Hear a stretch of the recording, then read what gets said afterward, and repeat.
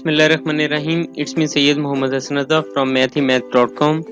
Let's start with question number 9 of exercise number 7.2. The statement of the question is find nth term of an arithmetic progression, जो कि ये एक sequence given है.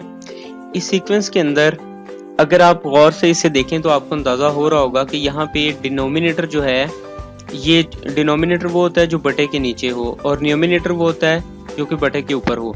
तो numerator B बिल्कुल same इसी तरह से चल रहा है, पावर भी 2 2 2, यानी कि ये अगर इसी तरह से सीक्वेंस चलता जाए तो हमारे पास जो भी nth टर्म आएगी उसकी पावर भी 2 होगी, उसके जो न्यूमिनेटर है न्यूमिनेटर भी 3 ही होगा.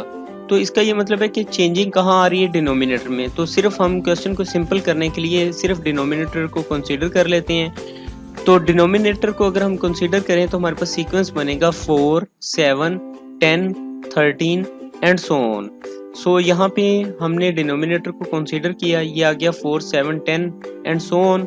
इसके अंदर हमारा a1 जो है वो 4 आ जाएगा, यानी कि फर्स्ट टर्म जो है.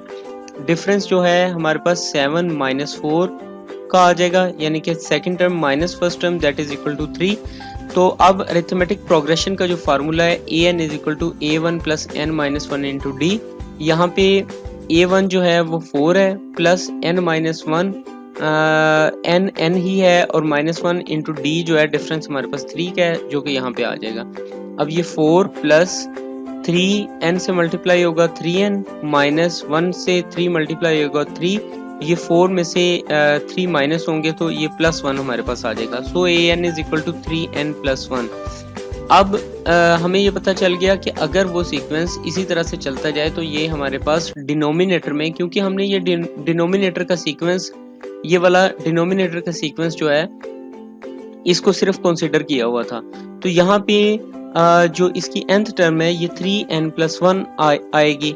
तो अगर हम इसे इसी फॉर्म में लिखना चाहें जिस फॉर्म में हमें क्वेश्चन गिवन है तो उसके अंदर आ जाएगा an इज इक्वल टू 3, यानी 3 वही बिल्कुल उसी तरह से, और 2 जो ये पावर है ये भी 2 ही रहेगी. सो 3 ओवर, सिर्फ डिनोमिनेटर में चेंजिंग आएगी जो कि nth टर्म हम लिख देते हैं जो कि हमारे पास 3n प्लस 1, यानी 3 over 3n plus 1 whole square आ जाएगा. ये जो है ये nth टर्म होगी.